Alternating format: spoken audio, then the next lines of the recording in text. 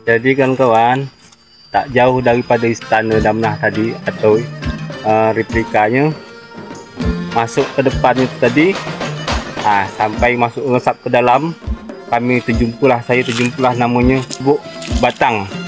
Nah, ini dia lokasi Lubuk Batang.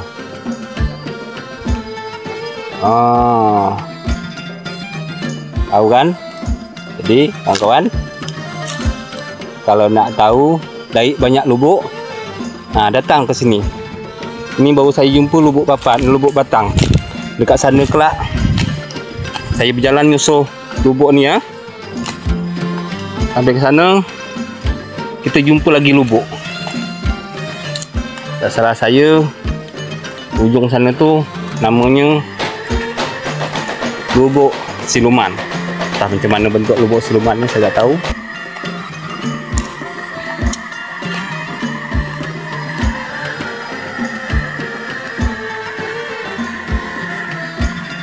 Nah, tak jauh memang daripada lubuk sana. Itu dia tempatnya. Itu dia. Sampai di sini dulu video saya. Assalamualaikum warahmatullahi wabarakatuh.